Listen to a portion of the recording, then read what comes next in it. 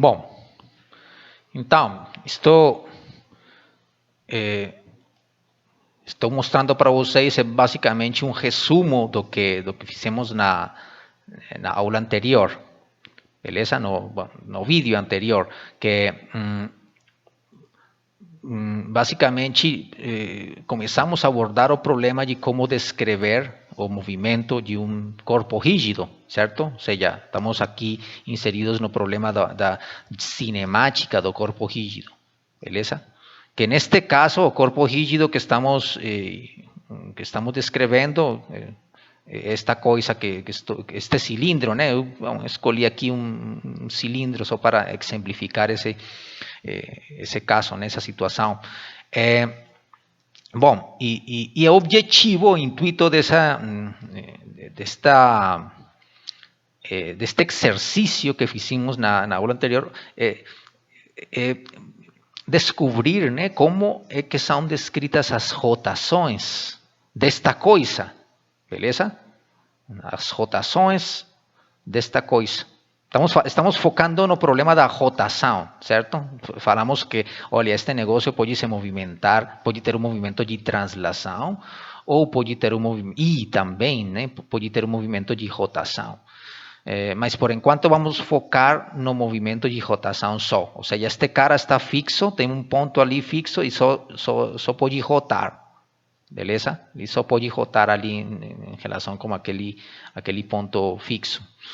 Bom, então o exercício que a gente fez no vídeo anterior para descobrir esse negócio de como descrever matematicamente as rotações foi o seguinte: imaginar, olha, que temos dois sistemas de coordenadas, dois sistemas de referência, dois referenciais, este sigma azul e este outro sigma linha vermelho, beleza? Temos dois sistemas de coordenadas, os quais, os dois referenciais, né? Dois referenciais, cada um deles com um sistema de coordenadas, certo? Cartesianas. Este sistema de coordenadas cartesianas que está definindo este referencial, ele está fixo, certo? Neste ponto aqui. E está descrito por um sistema de vetores ortonormais, uma base ortonormal fixa também, né? E1, E2, E3, que são os mesmos vetores I, J e K, enfim. En tanto que este sistema de referência, que poderia ser não inercial, se este cara está rotando, ele vai ser não inercial.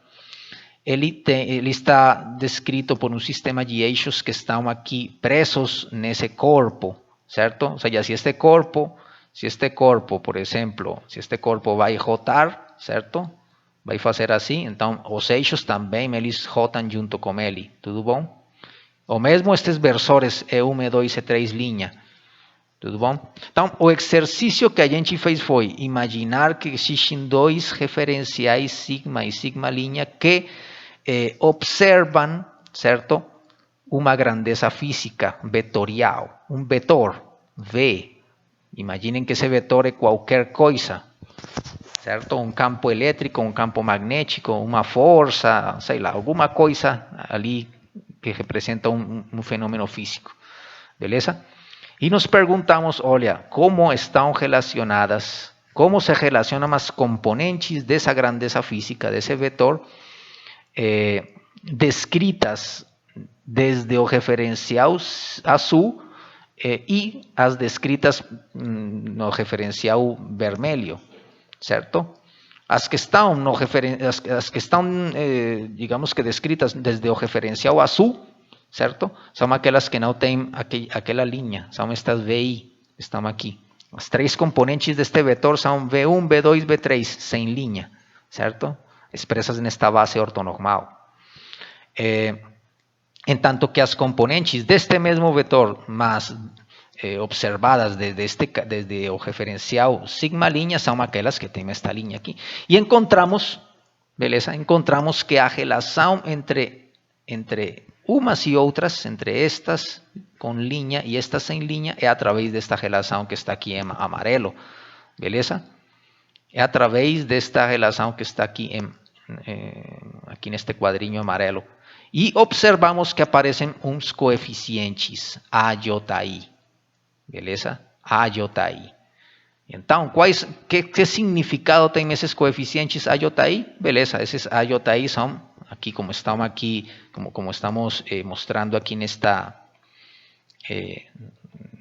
equação, que deixe-me aqui de uma vez,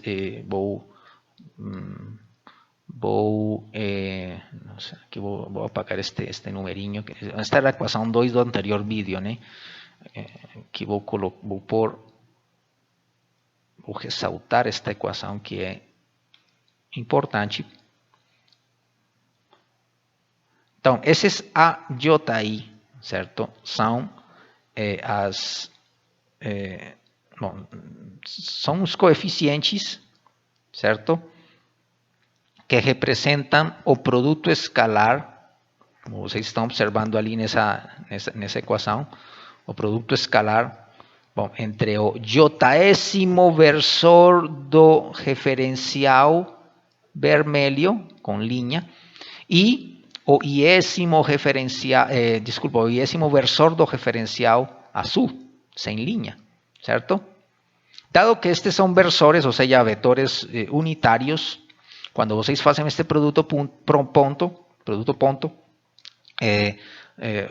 este negócio vai ser igual ao cosseno entre o ângulo, certo? Ao cosseno do ângulo entre eles, certo? Entre o j.º e o i.º versor. Tudo bom? E essas coisas a gente chama de cossenos diretores. São uma terminologia que é usada em vários livros, em particular no livro de Nivaldo. Beleza? Este negócio são os cossenos diretores, né? Cossenos diretores. Por essa razão, né? Porque são cossenos do ângulo entre esses eixos. Cossenos diretores. Tudo bom? Cossenos diretores. E pelo fato desses caras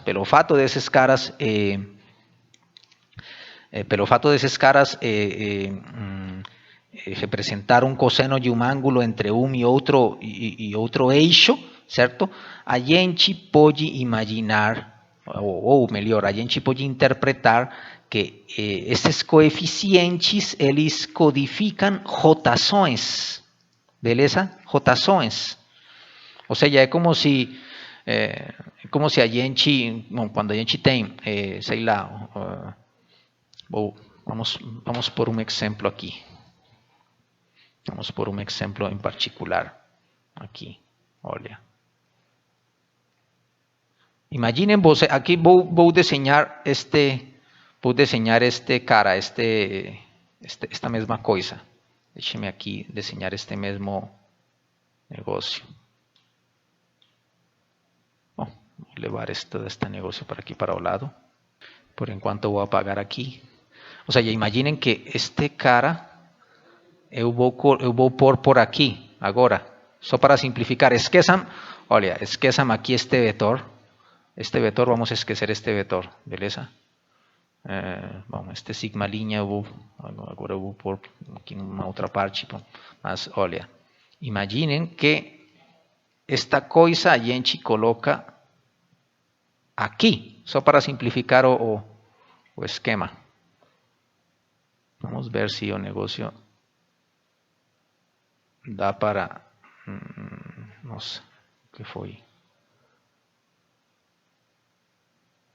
Bom, a ideia é, olha, imaginem que esse cara está por aqui, né? Está por aqui inicialmente, olha, coincidem os dois. Sigma e sigma linha coincidem, beleza? Eles coincidem, certo? Imaginem isso, beleza? Imaginem que estão coincidindo os três eixos, x1, x2, x3, com os eixos que tem linha, né? Estão coincidindo aí, beleza? E agora deixe-me apagar o desenho, porque vou fazer uma rotação aqui, certo?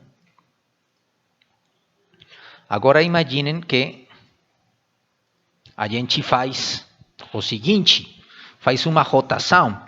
Vou desenhar agora os eixos, desculpa, os eixos na cor vermelha. Tudo bom? Deixa-me limpar aqui um pouquinho este desenho. Só um minutinho. Vou limpar aqui este negócio. Bom, este cara vou deixar aqui. Mas este negócio, este cara vou limpar. Beleza. Agora vou desenhar os eixos vermelhos do outro referencial. Do referencial sigma linha. Então vamos desenhar estes caras mais ou menos deste jeito assim. Este vai ser o x1 linha, certo? X1 linha por aqui. O x2 linha vai estar por aqui, vamos supor, certo? E o x3 linha vai continuar sendo este cara, não vai mudar, olha. Tudo bom? Então vamos por aqui, x1 linha. Então aqui o que estou representando o que estou supondo é um caso muito especial, um caso particular, certo? Onde estamos fazendo uma rotação em torno de x3 linha. E vamos supor que essa rotação é, olha, uma rotação, um ângulo φ, vamos supor, um ângulo φ. Então isto que estamos fazendo aqui é uma rotação em torno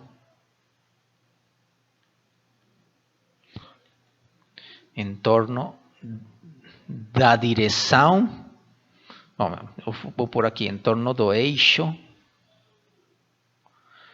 x3, vou por aqui positivo, ou seja, em torno da, é a mesma coisa que fazer que falar, olha, é uma rotação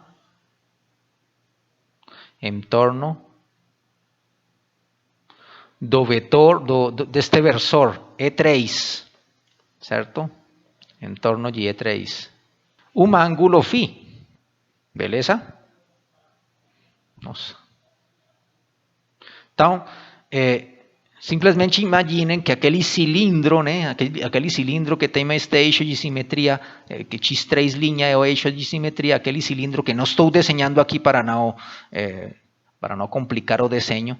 Imaginem que esse cilindro, que esse referencial preso a esse cilindro é obtido, olha, fazendo esta rotação φ. Esta rotação, bom, esta rotação em particular. Tudo bom? Então, aqui vamos ter este negócio aqui, certo? Este ângulo φ. Tudo bom? Então, a pergunta é, olha, o que significa, ou melhor, qual será o resultado de aplicar esta definição? Certo? Qual será o significado, o resultado de aplicar esta definição aqui? Vou escrever esta expressão, não sei, acho que só para questões de estética, só para isso, vou mudar os índices aqui, só para, a gente está acostumado a falar primeiro de I e depois de J, certo? Só para recursos mnemotécnicos, né? Que vou mudar o J por I e o I por J. Tudo bom? Então vou por aqui I, J, e aqui I, J. E o mesmo por aqui, nesta expressão também. Tanto faz, né? Vai dar, é a mesma coisa, beleza? É a mesma coisa, mas só por questões de mnemotecnia, né? E aqui o índice I eu devo mudar o índice mudo, né? J. Beleza. Bom, esta equação aqui embaixo acho que vou deixar desse jeito. Enfim. Então. Não sei, aqui também devo IJ. Então vamos levar esta expressão para o slide do lado. Então vamos ver, então, como será como serão estes coeficientes? Qual será o significado, o valor, enfim, a forma específica desses coeficientes, neste caso particular, desta rotação? Olha, aqui a gente está fazendo uma transformação de rotação, é o que estamos fazendo aqui. Tudo bom? Uma transformação de rotação. Beleza? Ou seja, estamos obtendo um sistema de coordenadas sigma linha, certo? A partir da rotação dos eixos originais, estes que pertencem ao referencial sigma, certo? Que se quiserem eu vou por aqui na cor branca melhor. Na cor branca. Beleza? Porque somos é o referencial que está identificado por esses eixos brancos. Beleza. Então, vamos calcular estes AIJ, certo? Então seria, vamos começar por ordem, certo? A1, tudo bom? Lembremos que este IJ são números inteiros que vão desde 1 até 3, né? 1, 2 e 3. Então, para o caso A1, beleza? O que teremos aqui? Que vai ser o cosseno, certo? Cosseno entre x1, linha, e x1. Tudo bom? E aquele cosseno vai ser, desculpa, aquele ângulo vai ser φ, certo? Vai ser φ. O ângulo entre este eixo e este outro eixo vai ser φ. Então, simplesmente é cosseno de φ. E pronto. Tudo bom? Este A12, o que vai ser? A seguinte opção aqui, A12, vai ser cosseno, a mesma coisa, né? Cosseno desta coisa, x1 linha, x2 agora. Então vai ser o cosseno do ângulo entre x1 linha, que vai ser este cara, certo? E x2, olha, x2 é este ângulo aqui, este angulinho. Certo? Mas este angulinho a gente pode expressar em termos deste φ, certo? Que vai ser simplesmente 90 graus menos φ. Ou melhor, π meios, né? Para que fique expresso em radianos mais bonito, mais bonitinho. Então, cosseno de π meios menos φ. Vai dar isso. E se a gente usa aquela identidade de que este negócio é igual a cosseno, certo? Cosseno de π meios vezes cosseno de φ mais, seno de π meios vezes seno de φ. Beleza? E tendo em conta que este cosseno de π meios é zero e que este outro seno de π meios vai ser igual a 1, certo? Então, finalmente vamos ter seno de φ, certo? Ou seja, A12 é igual a seno de φ. A12 é igual a seno de φ. Continuamos. A13, o que será? Vai ser isto, certo? Mas agora este cara vai ser 3, né? Então, cosseno entre, agora vai ser, bom, este ângulo vamos esquecer, tudo bom? Vai ser o ângulo entre x1, x1 linha e x3. x1 linha, certo? E x3, olha, x3 vai ser este daqui, eles são perpendiculares, né? Então, vai ser cosseno de π meios, que é igual a zero. Tudo bom? Beleza. Este seria A1, A12, A13. Vou fazer espaço aqui, só deixe-me aqui resumir as coisas que estamos encontrando. A12 eu vou colocar por aqui neste lado, e este A13, que vai ser igual a zero, vou pôr por aqui, acima. E vamos apagar este negócio. por enquanto, certo? E vamos continuar com A13 já. Então, A12. Desculpa, A21. A12 já calculamos, né? A21, que vai ser cosseno de x2 linha x1. Tudo bom? Então, cosseno do ângulo entre x2 linha e x1. x2 linha, certo? E x1 vai ser este ângulo. Beleza? Então, pelo gráfico, vocês observam que este ângulo vai ser este de 90 graus, certo? 90 graus, mais φ. Então, vai ser igual a cosseno de π meios mais φ, o qual vai dar a mesma coisa que menos seno de φ. Usando aquela identidade, novamente. Simplesmente já estou... Bom, já estou simplificando de uma vez, usando o fato de que cosseno de π meios é 0 e seno de π meios é 1. E tem um menos ali, né, nessa identidade. Então vai dar menos seno de φ.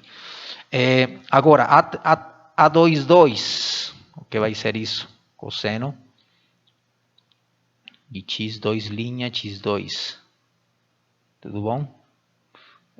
X2 linha e x2. Então, observem que este ângulo daqui é o mesmo ângulo, olha, daqui, certo? Bom, este ângulo φ é o mesmo ângulo, certo? Porque, bom, que esses eixos rotam de forma rígida, né? De forma rígida. Se este cara x1 linha, se este cara se movimenta, rota um ângulo φ, também este cara que está aqui vai rotar um ângulo φ também, certo? Então vai ser cosseno de φ, o mesmo, este cara. Agora A23, o que vai ser? Cosseno de x2 linha x3 igual, certo? Igual a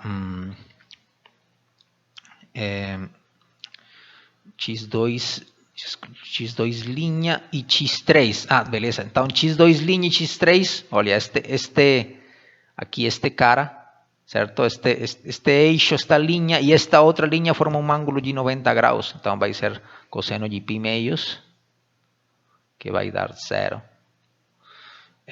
Pronto. Então, ali já temos outra relação ali, outras relações.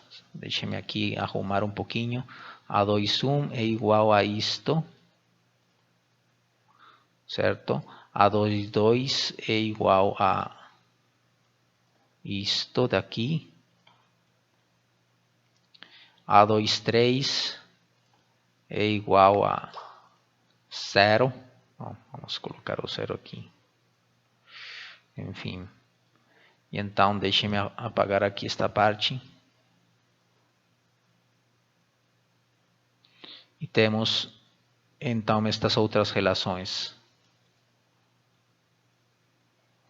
E de forma similar, então, vamos obter a A31. A31. Então, vai ficar cosseno de x3 linha, certo? x1, que vai dar x1 vai dar π meios, né? Cosseno de π meios igual a 0. A32 vai ser cosseno de x3 linha x2 igual a também 0, né? Porque vai ser este cosseno deste cara, o ângulo deste cara com este outro, com x2, vai dar 90 graus, né? E A3 vai ser cosseno de 0, certo? Cosseno de x3 linha com x3, dado que são o mesmo eixo, certo? Vai ser cosseno de 0, que vai ser igual a 1. Tudo bom? Então, dessa forma, a gente tem estas outras relações aqui. Beleza? Então, essas são todas as relações, todas os coeficientes, certo? Temos, digamos que abordado todas as opções, i, j igual a 1, 2, 3 aqui, certo? E isso pode ser organizado em forma de uma matriz, né? Como já apontamos no vídeo anterior, essa coisa pode ser organizada em forma de matriz, certo? Uma matriz que vou chamar de A, certo? Uma matriz que vou chamar de A, cujas componentes são estas aqui, de forma que, de fato, aqui este negócio já está organizado, né? Na forma das componentes. Então, podemos escrever que essa matriz é uma coisa assim. Então, teremos A11 é cosseno de φ, né? A12 é seno de φ. Estamos organizando a primeira fila, né? A13 é igual a 0. A21 vai ser menos seno de φ. A22 vai ser cosseno de φ. A23 é 0. A31 é 0. A32 é 0. E A33 é 1. Beleza? E então, olha, esta vai ser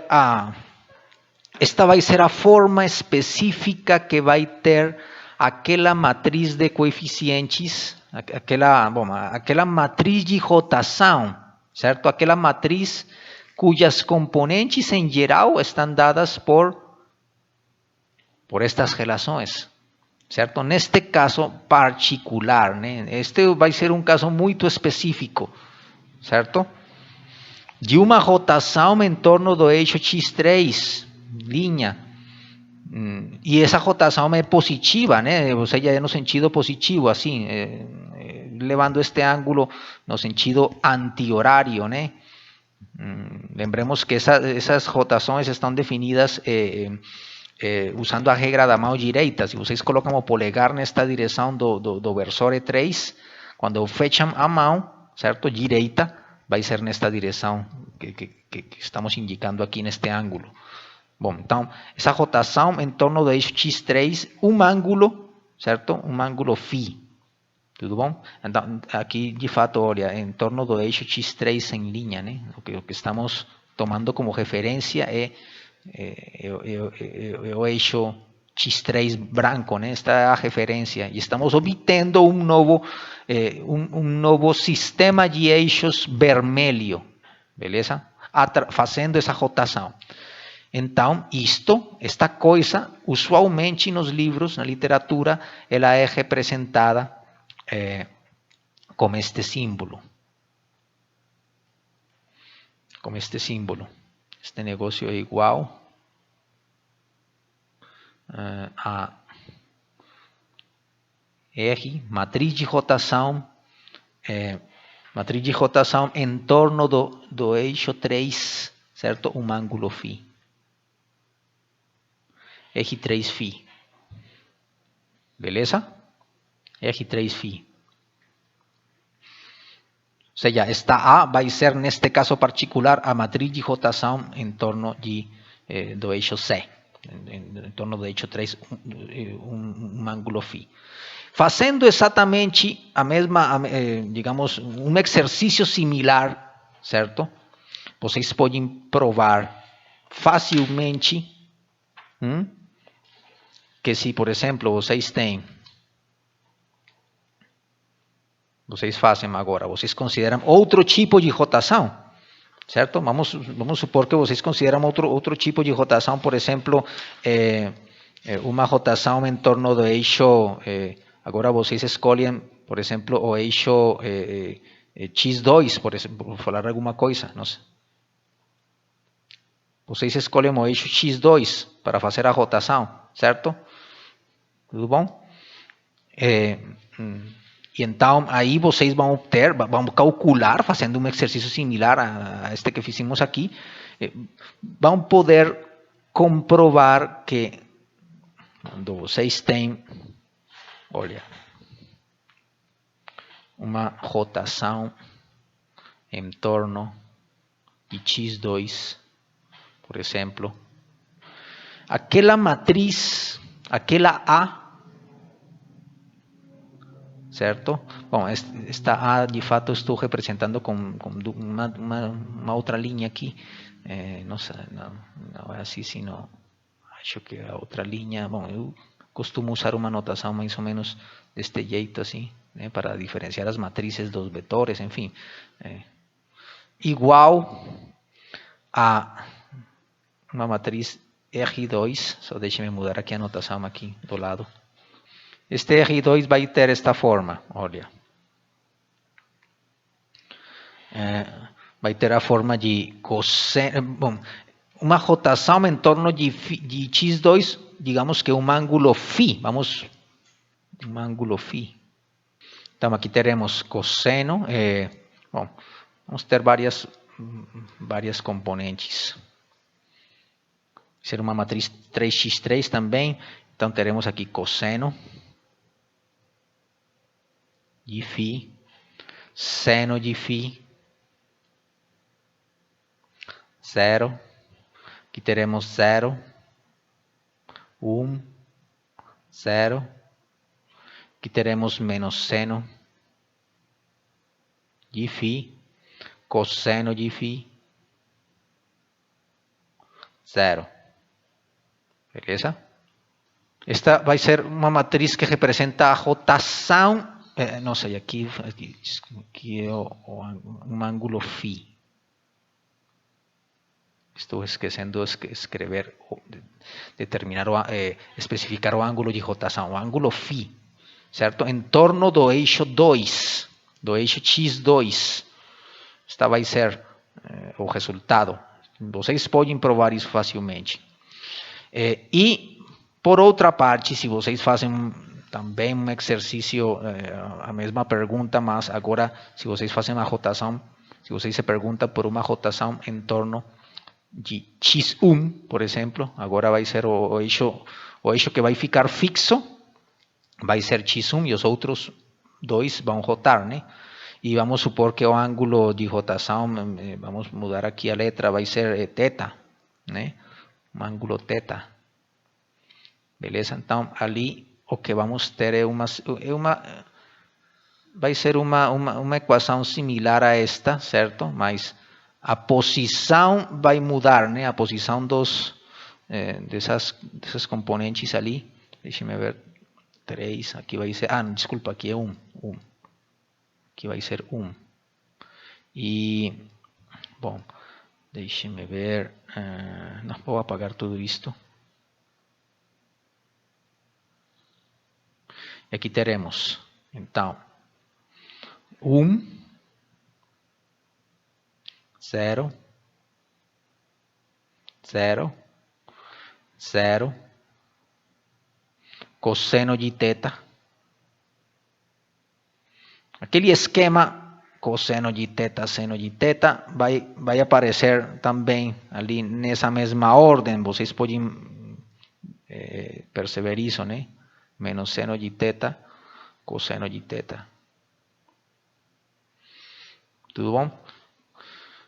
Beleza, então, e só para completar este slide aqui, deixe-me incluir esta outra rotação. Esta vai ser uma rotação em torno de x3, este ângulo aqui. Tudo bom? Estas são as 3 matrizes fundamentais de rotação. Beleza? Estas expressões aqui vão ser muito importantes para as contas que vamos definir daqui para frente. Beleza?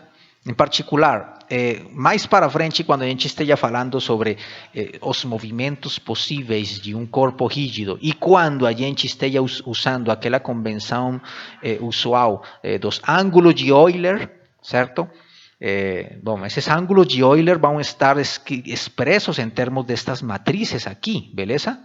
Tudo bom? Então, isto é uma coisa para bom, para lembrar, né, para ter em conta que é muito importante. Ou seja, além de ser exemplos simples para especificar, olha, como a gente especifica estes coeficientes para cada tipo de situação, certo? Além de constituir exemplos simples, são muito importantes, beleza? São muito importantes porque, bom, para isso, baseados nestas matrizes que a gente vai representar os movimentos possíveis de um corpo rígido e mais para frente a gente vai construir a Lagrangiana, beleza? A Lagrangiana. A Lagrangiana que vai representar o movimento de um corpo rígido. Então, estas coisas vão ser, esta forma que está aqui, estas expressões, a gente vai usar muito mais para frente. Tudo bom? Mas aqui, por enquanto, o importante é ter a ideia de que, olha, estas coisas, estas expressões que deduzimos no vídeo anterior, olha, estas expressões aqui são umas componentes de matrizes de rotação, certo? Elas representam rotações. Esta expressão aqui é a forma geral de qualquer rotação, certo? Qualquer rotação arbitrária vai ter esta forma aqui. Beleza? E também, olha, também podemos interpretar, olha, como aquela expressão geral para qualquer rotação, como esta que está aqui.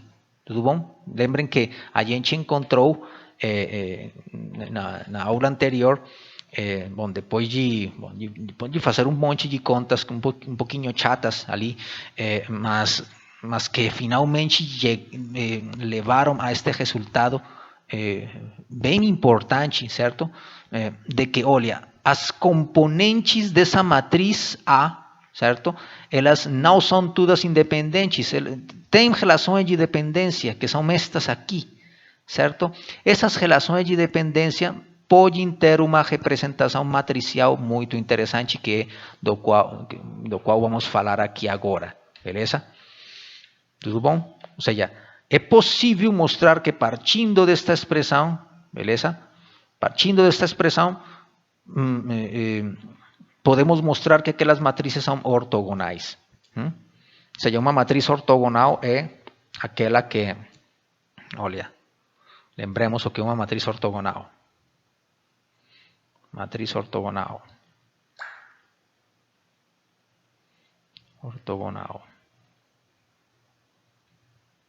Uma matriz ortogonal é aquela, uma forma de definir uma matriz ortogonal é aquela que a inversa é igual à transposta, beleza?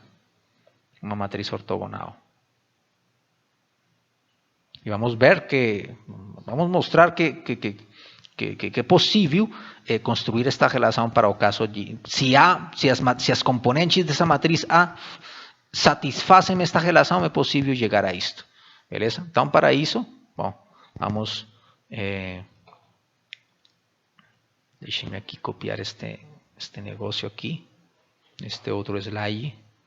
Então, vamos partir destas relações, certo?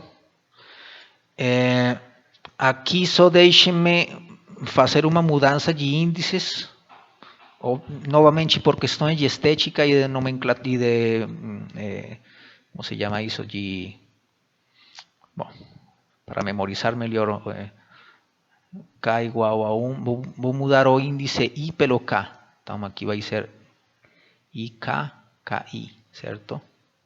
KI, aqui, ao invés deste I, vou colocar K, e aqui ao invés de K, vou colocar I, beleza? Pronto. É exatamente a mesma relação, só mudei o índice K pelo I e pronto, certo? Bom, então, olha, observem que quando a gente tem, quando a gente escreve esta relação quase aqui que neste lado esquerdo, quase que a gente tem uma multiplicação de matrizes, quase, né? Quase, lembremos, multiplicação de matrizes. multiplicação de matrizes, vamos supor que temos dois matrizes A e B, certo? Ou melhor, B e A, vou pôr assim, B e A. Duas matrizes B e A. Melhor, temos uma matriz B que vou representar, que vai estar descrita pelas componentes B e J, certo? E vou ter uma matriz A que estou representando pelas componentes A e J.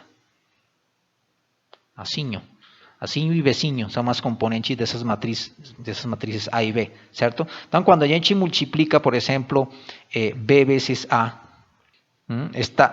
essa multiplicação de matrizes vai estar definida desta forma. Essa multiplicação de matrizes vai ser, olha, este negócio vai ser igual a soma desde K igual a 1 até n. Aqui estou falando de matrizes de forma geral, matrizes quadradas, né? Matrizes de dimensão, matrizes quadradas, n filas vezes n colunas.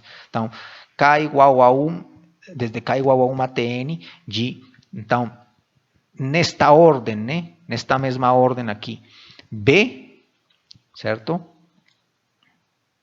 B e K, tudo bom? B e K, A, KJ,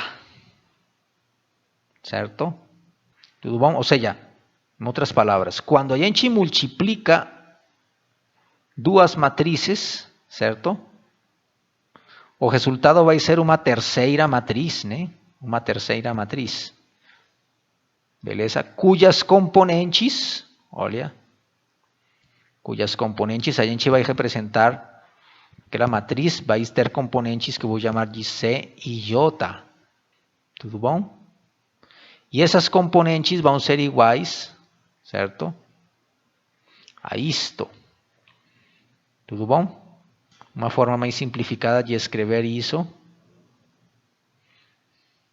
falando, olha, C e J vai ser igual a esta soma. As componentes da nova matriz que a gente obtém, elas se definem, esta é a definição, certo, da multiplicação de matrizes.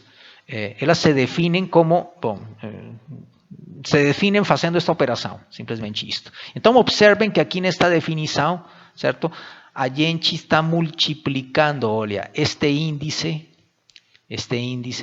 K, que é o índice de coluna da matriz B, da primeira matriz da qual a gente está fazendo multiplicação, certo? Com o índice de fila da segunda matriz com a qual a gente está fazendo a multiplicação. Vai ser este. Beleza? Então, a gente faz uma soma sobre essas multiplicações ali. Beleza? Tudo bom? Então, por isso é que eu estou falando que quase que a gente tem aqui quase que a gente tem aqui uma multiplicação de matrizes, né? Ou seja, a única coisa que a gente teria que fazer seria que este K, certo, estivesse aqui. Mas não, né? Aqui o que temos é uma I. Tudo bom? Mas esse problema, entre aspas, né, pode ser solucionado, olha, definindo, certo, a matriz transposta, certo? A matriz transposta, ou seja, olha, se esta matriz A estiver representada por estas componentes I e J, certo? Então, a matriz transposta, uma definição, né? Transposta de uma matriz é aquela operação que consiste em mudar filas por colunas e colunas por filas. Em termos das componentes, a gente o que fala é, olha, esta coisa vai ser, a transposta vai ser exatamente AJI, certo? AJI. Tudo bom? AJI. Ou não sei se se entende. Acho que Deixe-me corrigir aqui esta notação. Só um minutinho.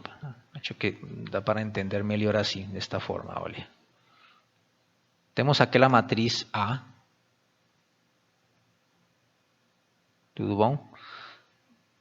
As componentes, a iotaésima componente dessa matriz A, estamos representando com este símbolo, né? A iota minúscula. Acho que assim é melhor, né? E agora, a transposta desta matriz, que representamos como A e uma T acima, certo? Então, a iotaésima componente desta matriz, como se define? Se define, olha, como as componentes desta que está aqui acima, mas mudando fila por coluna e coluna por fila. Ou seja, a iota I. Acho que assim fica mais claro, né? Assim fica mais claro o negócio. Então, o que temos aqui acima, o que é? Nesta expressão, o que vamos ter aqui acima? Então, temos o seguinte. Temos soma, desde K igual a 1 até 3. Neste caso, vamos ter matrizes de dimensão 3, certo? Este negócio aqui, olha. Este negócio aqui, desculpa aqui, estou esquecendo de colocar isto.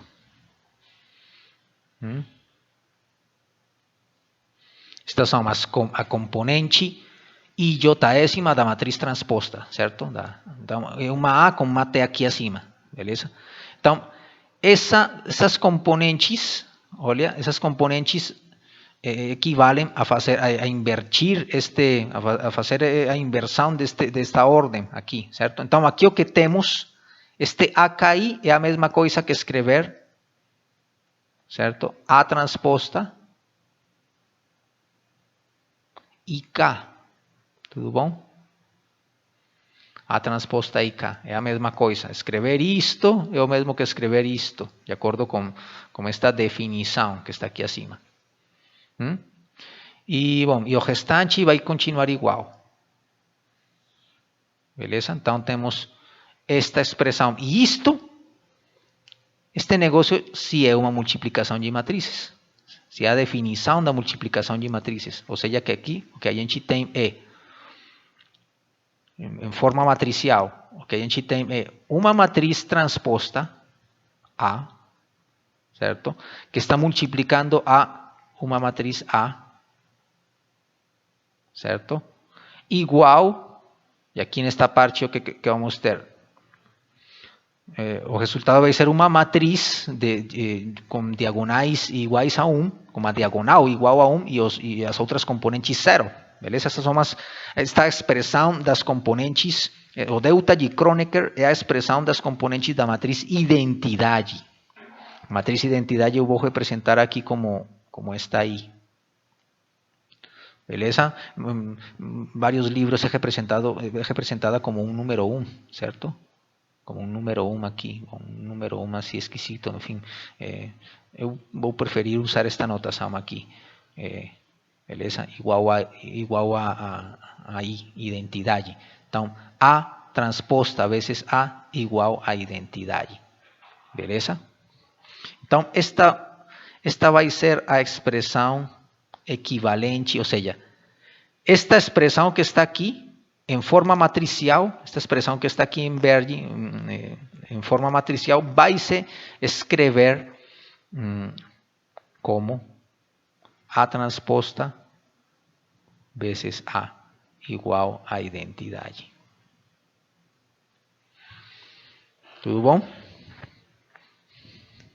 E então, isto, só deixem-me aqui apagar, por enquanto, acho que este negócio aqui já não vamos precisar mais. Vamos lembrando simplesmente o que era esse negócio da multiplicação de matrizes. Bom, este negócio da matriz transposta também não vamos usar mais por enquanto. Então, esta expressão em forma matricial, vai se escrever assim.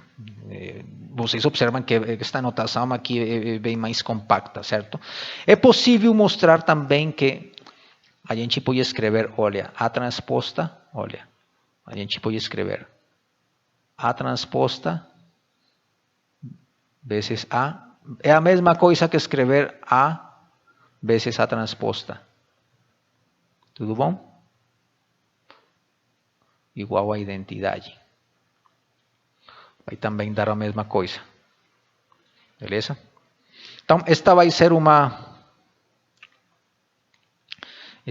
então uma propriedade a propriedade fundamental da matriz A.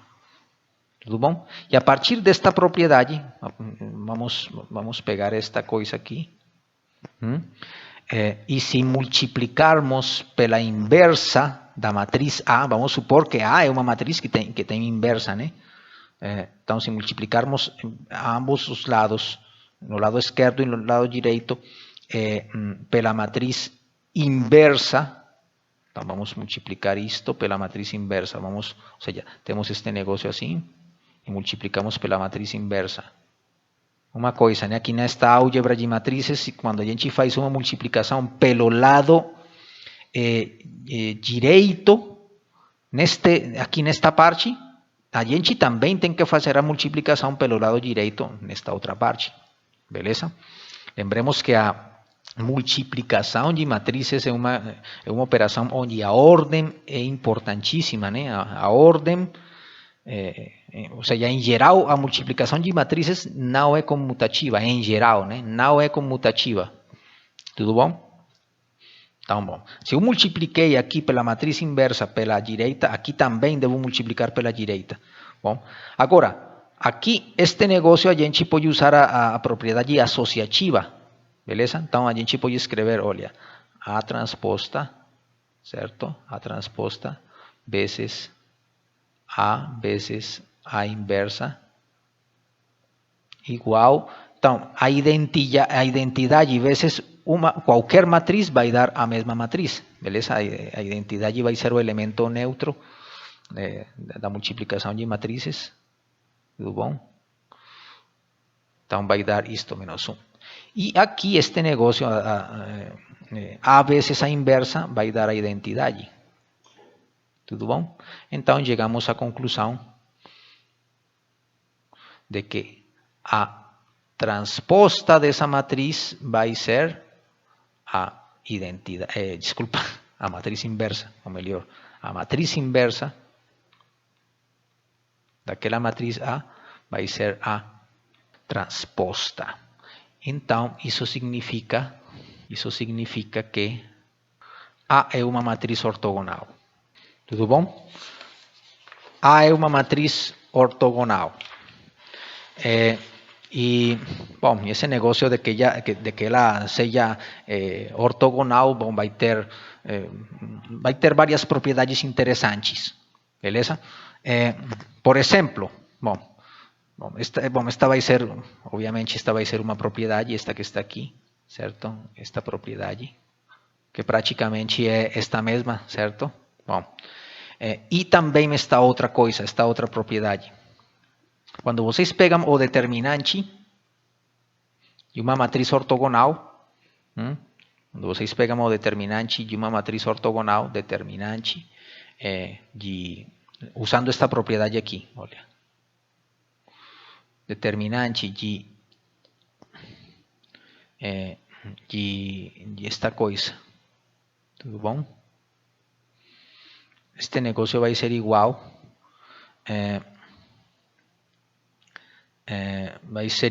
a determinante, certo? Da matriz identidade.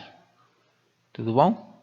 Vai ser igual ao determinante da matriz identidade. Mas o determinante da matriz identidade é igual a 1. Tudo bom? O determinante da matriz identidade é igual a 1. E por outra parte, quando a gente faz determinante de uma multiplicação de matrizes, este negócio é a multiplicação dos determinantes. Beleza? Então, determinante de A transposta vezes determinante IA igual a 1. Beleza? Agora, existe outra propriedade que fala, olha, o determinante da matriz transposta é o mesmo determinante da matriz que está sem transpor, beleza? Determinante de A é igual a determinante de A transposta, vai ser igual, certo? Então, significa então que aqui o que temos é que determinante de A vezes determinante de A, certo?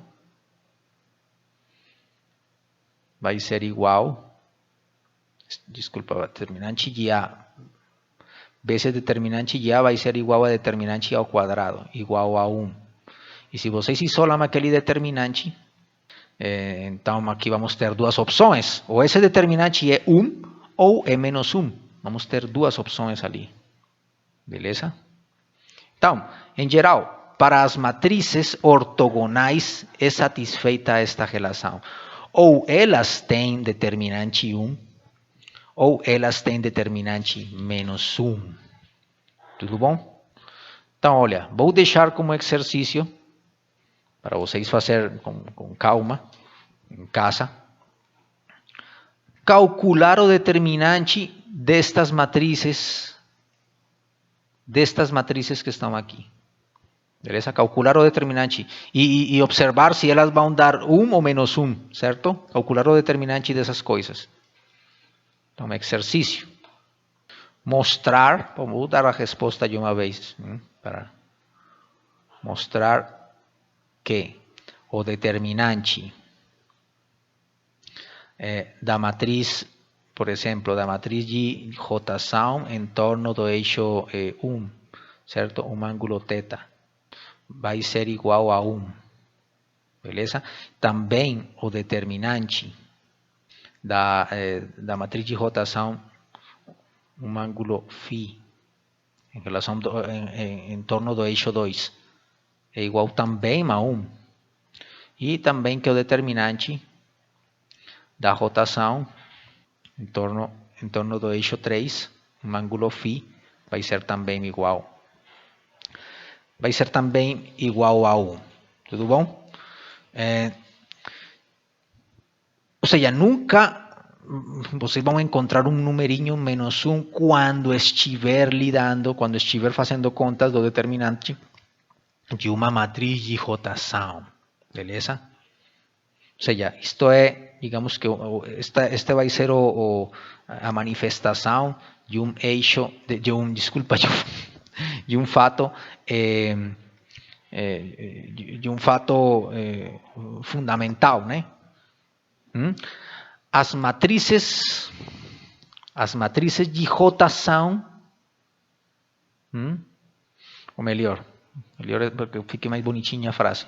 As rotações são representadas por matrizes ortogonais tais que o determinante dessas matrizes, né, é igual a 1. Tudo bom? A essas matrizes usualmente são chamadas de próprias, né? Ou seja, quando a gente tem matrizes ortogonais com determinante igual a 1. Essas são chamadas de matrizes ortogonais próprias. Enquanto que aquelas outras que têm determinante igual a menos 1, elas são matrizes ortogonais impróprias. Tudo bom? E uma coisa bem interessante que acontece aqui, neste contexto tanto das matrizes próprias como das matrizes impróprias, é que elas formam um grupo, né? Elas formam Bom, as matrizes ortogonais, sejam próprias ou impróprias, elas formam um grupo. Cada uma delas, né? Formam um grupo. Especialmente estas que estão aqui, que são as que nos interessam, porque estamos falando das rotações, as matrizes ortogonais próprias, elas formam um grupo chamado de SO3. E o que significa esse negócio de formar um grupo? Bom, isto é uma estrutura algébrica que é muito importante, que é fundamental em física teórica, né? Muito usada para descrever interações, muito usada na teoria quântica de campos para, bom, no modelo padrão, enfim, para representar as interações. Então, esta estrutura algébrica aqui, digamos que é muito interessante, bom, muito importante também conhecer o que significa esse negócio e por que é importante que essas coisas formem um grupo, né? Bom, o que significa que elas formem um grupo? Que quando as matrizes fazem determinadas, quando a gente define uma operação, certo? Quando a gente define uma determinada operação, digamos, esses elementos, né, satisfazem um conjunto de propriedades, são em geral 4 propriedades, né? Então, certo? Então, as propriedades, as 4 propriedades que identificam a uma coisa, bom, que a gente pode chamar de grupo, bom, que neste caso são as matrizes, neste caso as ortogonais, são as seguintes. Primeiro, beleza? Se pegamos 2 elementos desse conjunto, beleza? Um grupo vai ser um conjunto de coisas, né? Neste caso, um conjunto de matrizes, beleza? Então, se pegamos um elemento desse conjunto, beleza? A e B. Se A e B são matrizes ortogonais, certo? Ortogonais significam que satisfazem aquela propriedade, esta que está aqui, certo? Ou seja, imaginem um conjunto de todas as matrizes que satisfaçam esta propriedade. Imaginem, vocês podem construir, nossa, todas as possibilidades que satisfaçam esta propriedade aqui. Bom, e com uma determinada dimensão, certo? Vamos falar dimensão 3, certo? Então, se A e B são matrizes, certo? Que pertencem, que são matrizes ortogonais. Se A e B são matrizes ortogonais de dimensão 3, então, esta multiplicação que está aqui, ou seja, a operação, vamos definir uma operação entre esses 2 elementos desse conjunto, certo? Quando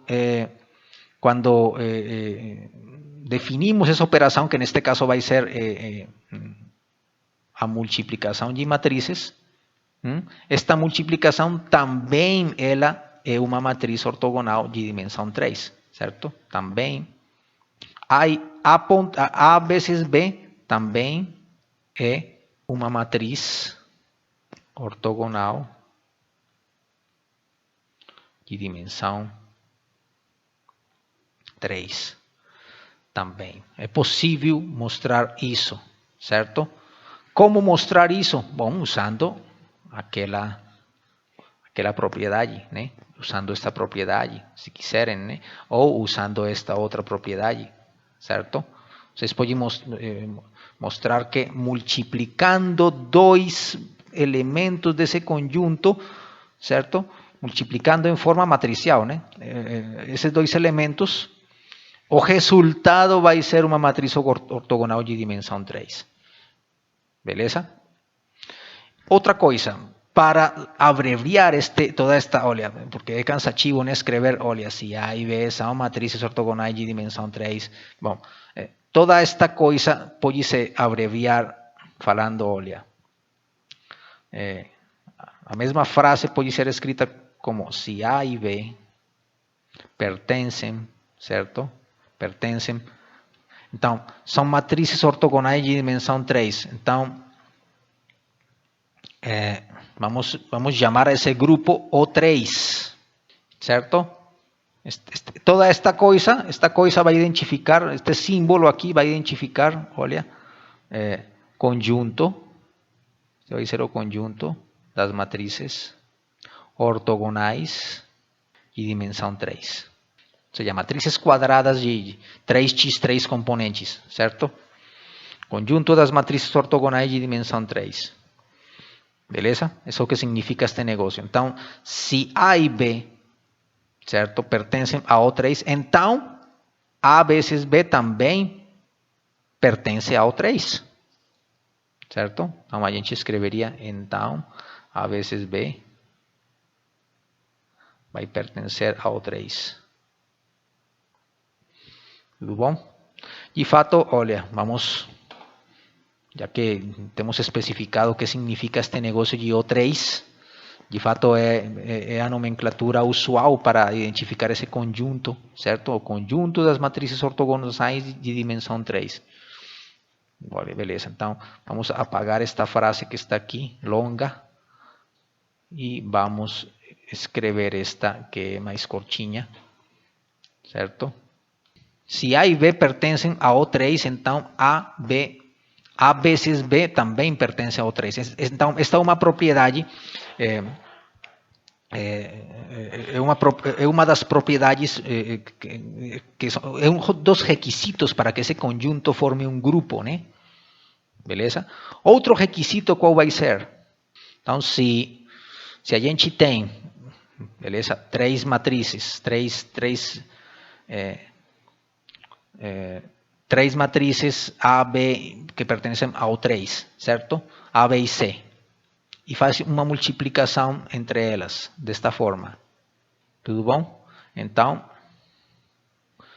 é a mesma coisa que fazer A vezes B vezes C. Tudo bom? A propriedade associativa, né? Propriedade associativa. Esta propriedade, nossa, não sei como traduzir no português, mas acho que em inglês é close relation. Beleza? Bom, esta vai ser a propriedade associativa. Bom, esta daqui, a número 2. Agora, a número 3, a propriedade número 3, fala o seguinte, que existe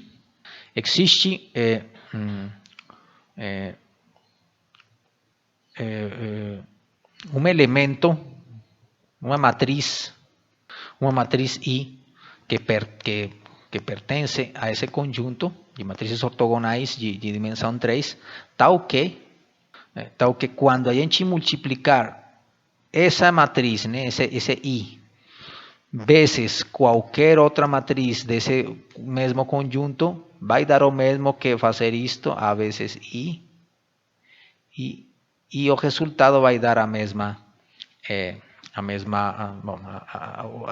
matriz A, certo? Tal que este A pertence ao 3.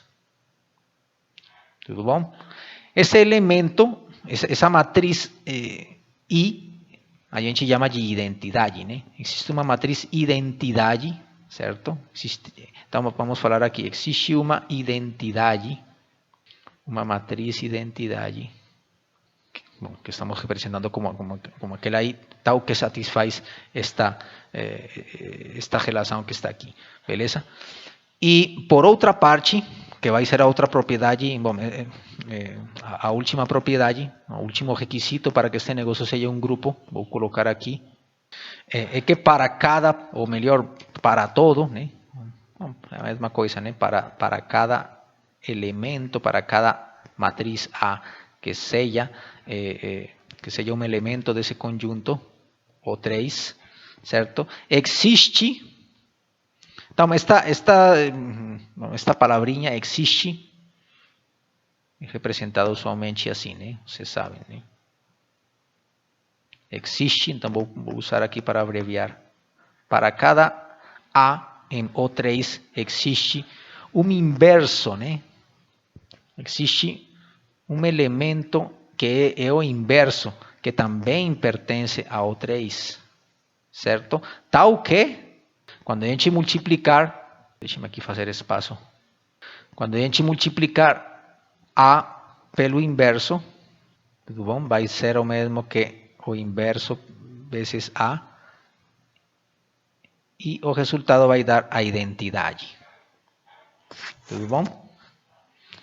Então, todas as matrizes ortogonais, certo? Este vai ser o grupo, então, o negócio vai ter um título específico, grupo das matrizes ortogonais, o grupo O3, certo? O grupo O3, estas são as características desse conjunto, com uma operação definida. Essa operação é a multiplicação de matrizes. Tudo bom? Então, estas mesmas, olha, estas mesmas propriedades vão ser satisfeitas, olha, para aquele conjunto das matrizes ortogonais próprias também. Beleza? Elas sozinhas vão formar um grupo, certo? O grupo SO3.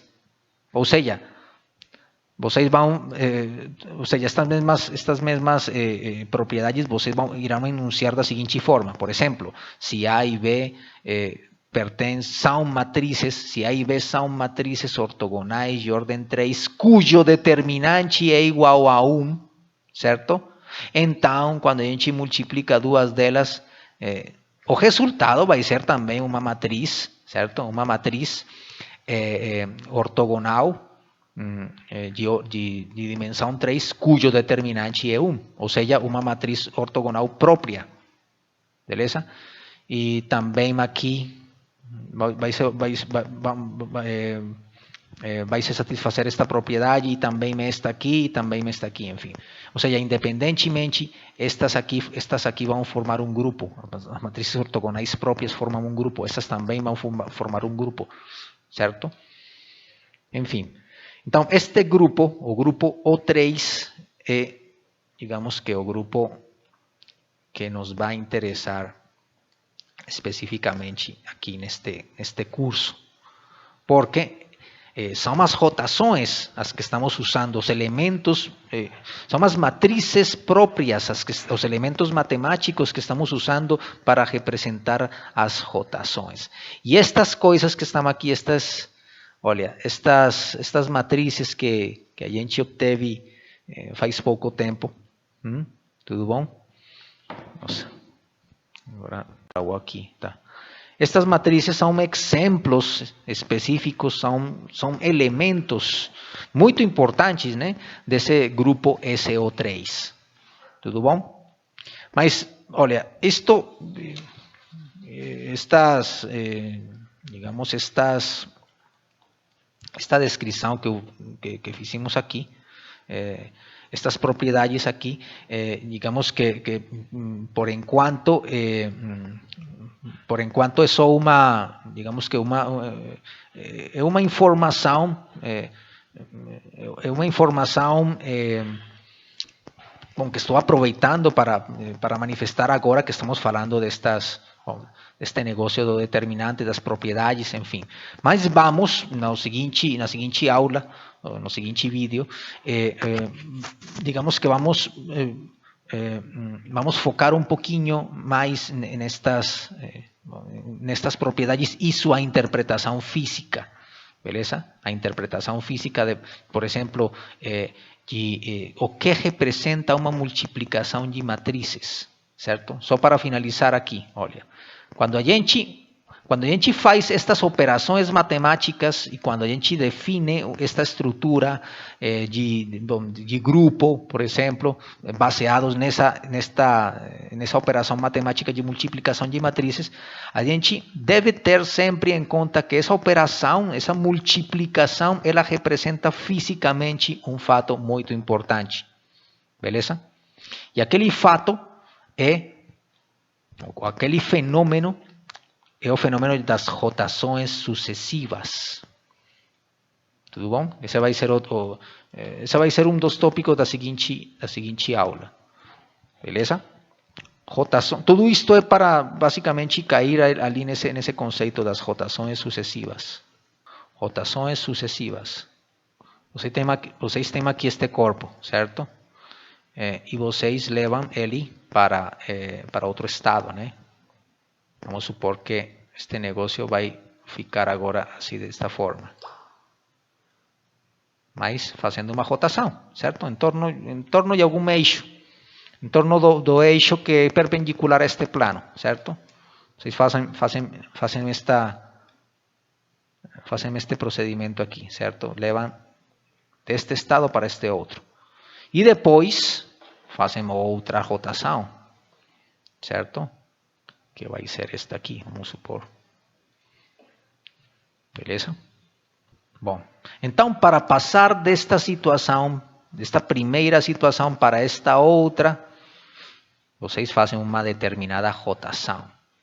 Essa rotação é representada por uma matriz A, certo? Uma matriz A que pertence àquele grupo SO3. Tudo bom? Depois, quando vocês fazem essa transição daqui para este outro estado, aí vocês fazem essa coisa fazendo uma outra rotação, vamos supor, uma outra rotação B, certo? Então, a ideia é que o conjunto, ou melhor, o total, o resultado total para a transição, para ir desde esta configuração inicial para esta outra configuração final, beleza, ela vai representar-se matematicamente por meio de uma rotação também, obviamente, sim, de uma rotação, mas que vai estar composta por estas duas rotações. Beleza? Vai estar composta por estas duas rotações. Essa rotação vai estar representada por esta multiplicação de matrizes, olha. B vezes A, nessa ordem. Então a ideia é essa, né? Duas rotações sucessivas correspondem a uma rotação que é representada através da multiplicação das matrizes que representam cada uma dessas rotações sucessivas. Tudo bom? Mas então, este conceito vamos abordar ele com mais detalhe na seguinte aula, né? Porque este vai ser dos conceitos também fundamentais para falar do famoso teorema de Euler, beleza? E dos ângulos de Euler, enfim. Tudo que a gente sabe sobre cinemática do corpo rígido, certo? Então, observem que, só para finalizar já, aqui a gente está definindo as rotações sucessivas através da operação de multiplicação de matrizes, né? E é a partir dessa multiplicação de matrizes, olha, a partir dessa operação das multiplicação de matrizes que a gente está definindo, olha, esta estrutura algébrica de grupo, beleza? Então, é só para vocês perceberem a conexão entre uma coisa e outra, né? Entre o que a gente está representando matematicamente, certo? E o que a gente tem do ponto de vista físico,